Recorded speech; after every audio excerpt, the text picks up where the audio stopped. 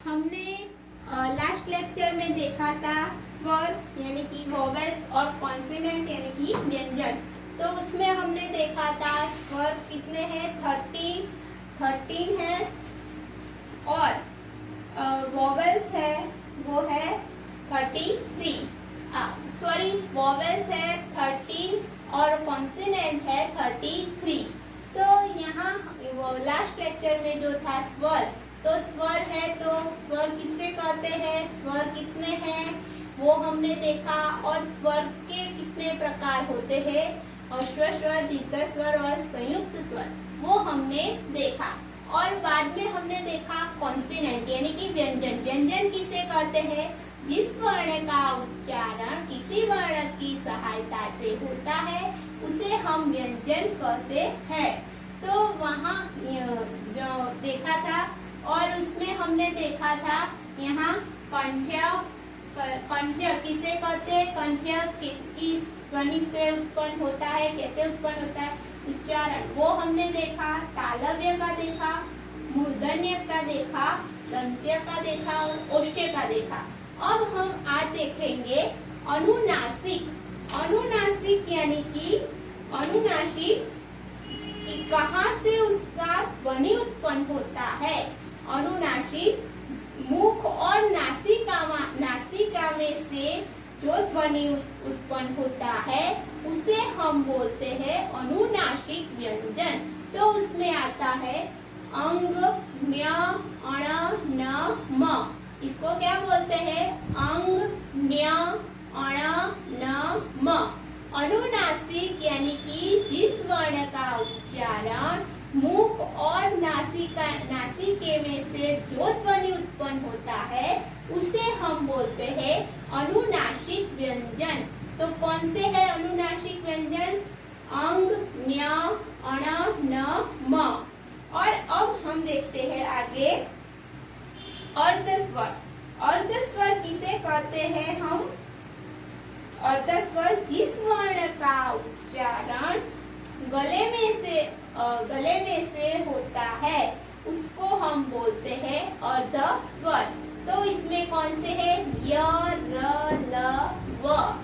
जिस वर्ण का उच्चारण गले में से होता है उसे हम बोलते हैं अर्धस्वर। तो इसको हम यहाँ क्या है, य, र, ल, व। तो अब आगे आता है ऊष्माक्षर और ऊष्माक्षर महाप्राण यानी कि हार्ड और सॉफ्ट। तो इसमें देखते हैं ऊष्माक्षर किसे कहते हैं। तो इसमें जिस वर्ण का उच्चारण जो हमारी स्वर तंत्री होती है, जो हमारे अंदर गले में स्वर तंत्री होती है, उसी में से जो नाद उत्पन्न यानी कि ध्वनि की होता नहीं है, ध्वनि उत्पन्न नहीं होती है, तो उसे हम बोलते हैं ऊष्माक्षर। तो उसमें स, श और श। तो यहाँ देखा हमने। और ऊष्माक्षर महाप्राण इसका है जहाँ जो जिस वर्ण का उच्चारण हम करते हैं तो वहाँ जो स्वर तंत्री है उसी में से जो नाद उत्पन्न यानी कि जो साउंड निकलता है उसे हम बोलते हैं ऊष्माक्षर महाप्राण। वो वन है ह। ह जब बोलते हैं तो उसी में से जो नाद उत्पन्न होता है उसे हम बोलते हैं ऊष्माक्षर महाप्राण। तो यहाँ हमने देखा कॉन्सोनेंट और उसका टेबल मैंने यहाँ ड्रॉ किया हुआ है। ऐसे ही आपको अपनी नोट में ये टेबल आपको ड्रॉ करना है, इसी तरह से आपको करना है। फिर से हम देखते हैं कंठ्य।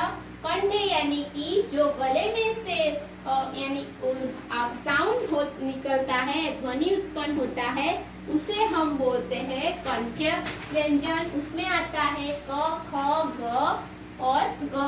तालव्य व्यंजन यानी कि तालु से जो ध्वनि उत्पन्न होता है उसे हम बोलते हैं तालव्य व्यंजन। तो उसमें आता है च, छ, ज, ज। मूर्धन्य व्यंजन यानी कि तालु और होठ के बीच में जो होता है कठोर भाग उसी से जो ध्वनि उत्पन्न होता है उसे हम बोलते हैं मूर्धन्य व्यंजन। तो उसमें आता है ट, ठ, ड, ड। दंत यानी कि जो हमारी जीवा है उसमें जो जीवा दांत को स्पर्श करती है उसको हम बोलते हैं दंत्य व्यंजन। तो उसको त, थ, द, त। ओष्ठ व्यंजन जो हमारी होठों को स्पर्श करता है, होठों को स्पर्श करके जो ध्वनि उत्पन्न होता है उसे हम बोलते हैं ओष्ठ व्यंजन। प, फ, ब, भ। तो अब आता है अनुनासिक, जो मुख और नासिका में से जो ध्वनि उत्पन्न होता है उसे हम बोलते हैं अनुनासिक व्यंजन। तो इसमें आता है अंग, ञ, अण, न, म। और आता है अर्धस्वर।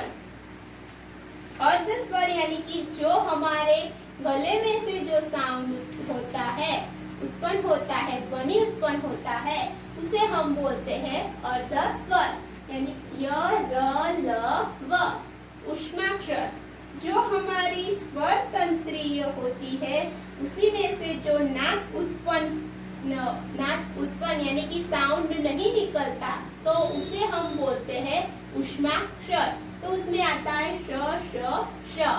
और लास्ट में आता है ऊष्माक्षर महाप्राण, जो हमारी गले जो स्वर तंत्री होती है उसी में से जो साउंड निकलता है उसे हम बोलते हैं ऊष्माक्षर महाप्राण।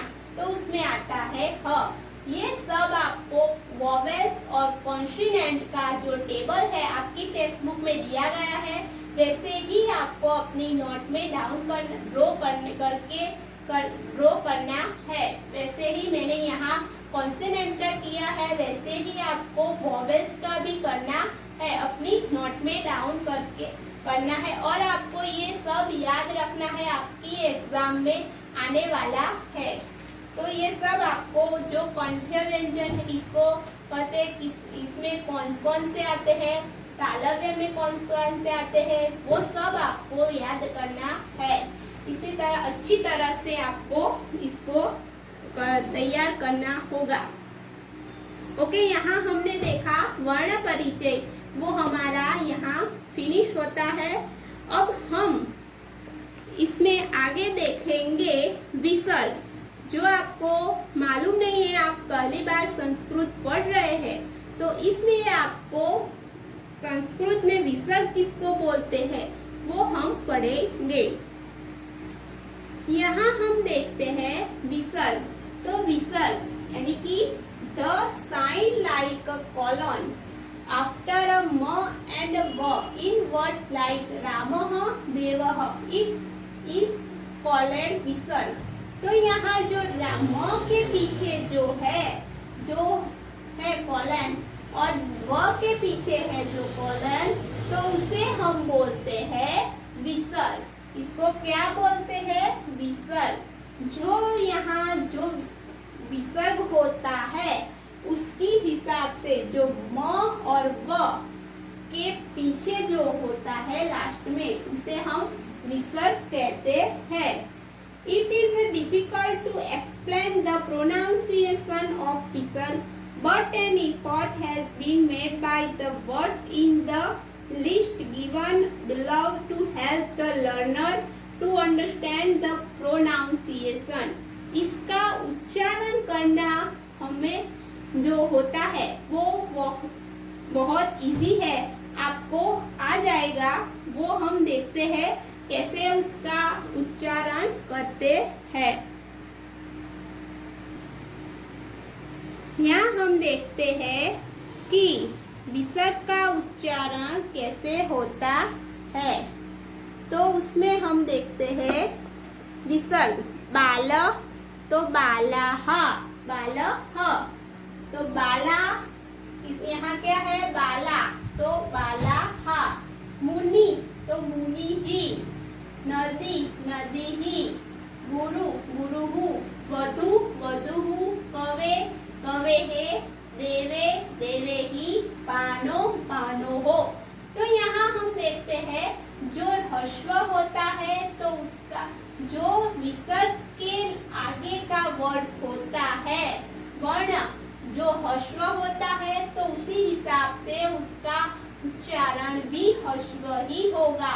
जो दीर्घ होता है विसर्ग के आगे का वर्ण यानी कि स्वर वर्ण जो होता है, जो दीर्घ होता है तो उसका उच्चारण भी हमें दीर्घ ही करना है। तो यहाँ हम देखते हैं, तो यहाँ ह्रस्व है तो यहाँ उच्चारण क्या हुआ, मुनि ही। नदी तो नदी ही, गुरु तो गुरुहु, वधु तो वधुहु। यहाँ विसर्ग के पहले का वर्ण है, वहाँ क्या है, एक मात्र है तो उसे क्या बोलते हैं, कवे है। तो उसी तरह से उच्चारण होगा, देवे तो देवे ही, एक मात्र और कानो तो उसका उच्चारण क्या होगा, बानो हो।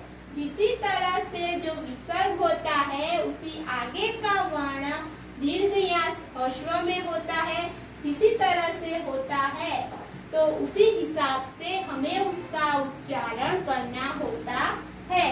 तो आपको विसर्ग को पता चल गया होगा कि कैसे हमें इसका उच्चारण करना है।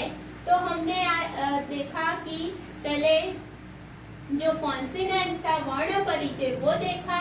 वर्ण परिचय में हमने देखा स्वर कितने हैं और व्यंजन कितने हैं वो देखा, स्वर किसे कहते हैं और व्यंजन किसे कहते हैं वो भी हमने देखा। और आपको उसमें मैंने टेबल ड्रॉ करके भी दिखाया। और आपने यहाँ देखा विसर्ग को कैसे हमें उच्चार किया जाता है वो भी हमने देखा। ये विसर्ग है वो अपने नोट में डाउन कर लेना, लिख लेना और आपको उसी तरह से ये प्रैक्टिस करना कि कैसे उसका उच्चारण होता है, वो तो आपको ज्यादा आ जाएगा। ओके, यहाँ हमारा टॉपिक यहाँ फिनिश होता है।